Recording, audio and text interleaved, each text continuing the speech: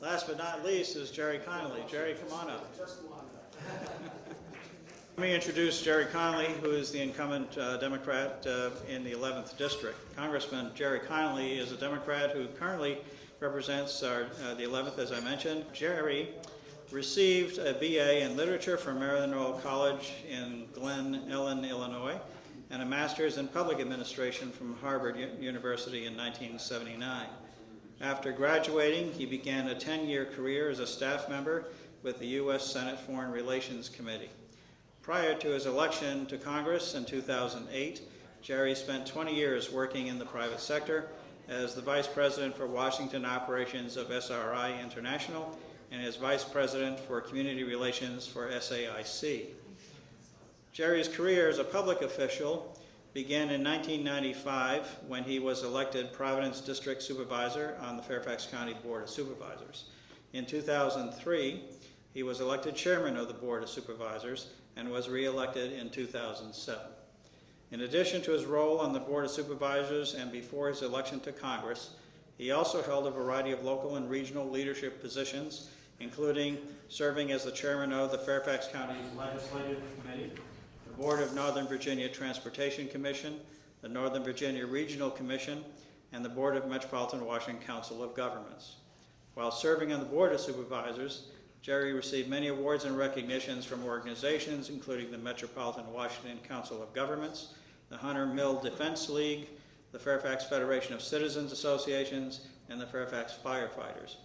He has also been named as Outstanding Local Elected Official of 2005 for the Virginia Transit Association and the Outstanding Local Official in the United States in 2006 for the American Public Transit Association.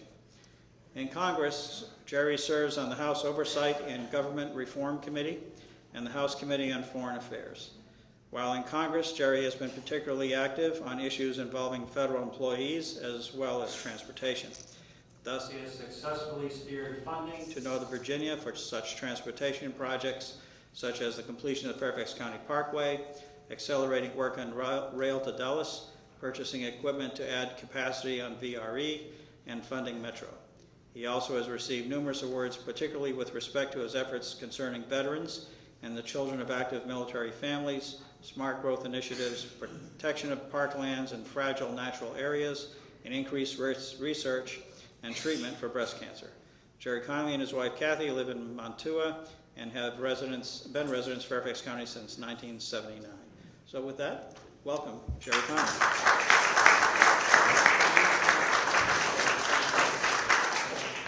Thank you so much. It's great to be back with the Greater Springfield Chamber. It seems just like yesterday doing this 2 years ago. And I'm sorry I'm a little late. I got stuck in traffic. Somebody should do something about that. Let me just begin by saying how proud I am of my 14 years in local government. Apparently you heard a presentation from my opponent a little earlier in which he sort of disparaged or made light of that. You know, my background's a foreign policy background. And I never thought I'd be serving in local government until I got involved in my neighborhood. And my neighborhood was Mantua. And we had an oil crisis. We had a leak from the Pickett Road tank farm that destroyed homes and almost destroyed our neighborhood. And I happened to be the Civic Association president because I always got involved where I lived.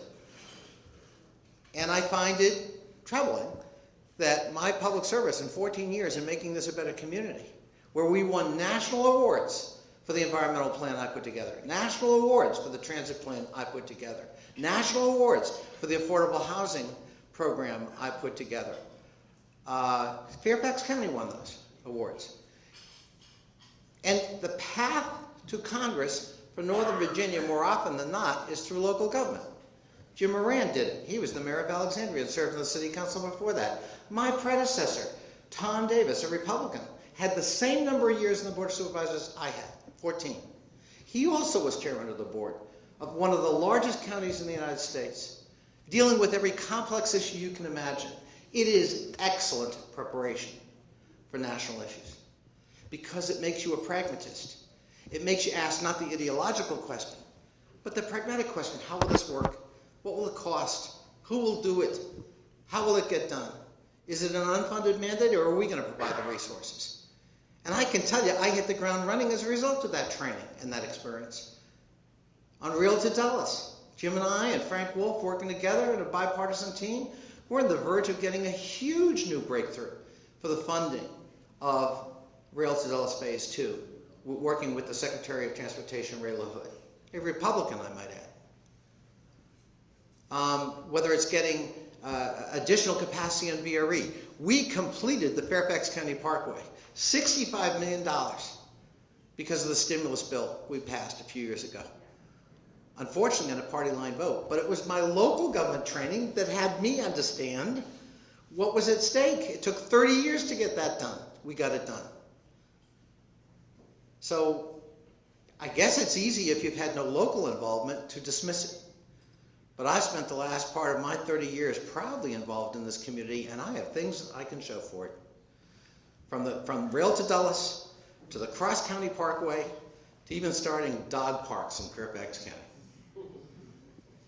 I'm proud of every bit of it. I'm proud of local government because that's where the rubber hits the road. And I've served in the legislative branch before. As I said, my background is a foreign policy background. So it served me well when I returned to Congress, dealing with 2 wars that were unfunded and dealing with the economic crisis that we faced in 2009. And I hope that experience and that sweat equity that I've put in elective life for the last 18 years, and before that for 15 years as a civic activist, will count for something. And I hope you'll measure that against somebody who wore the uniform and honored his country, and I honor him for that service. But in the 10 years since he retired, he hasn't shown up. He has no local credentials. In fact, more often than not, he hasn't voted. When you run for an office and you ask people, I want to represent you in Congress, we're entitled to know, well, certainly at the very least, you voted, right? And in the 2010 election, the answer to that question would be no, I didn't, for whatever reason. So I think being involved actually matters. And I guess if I hadn't been involved, I might be tempted to dismiss its value as well. But just as I honor my opponent's service, I would hope he would honor mine. Thank you so much for having me here today. God bless you all.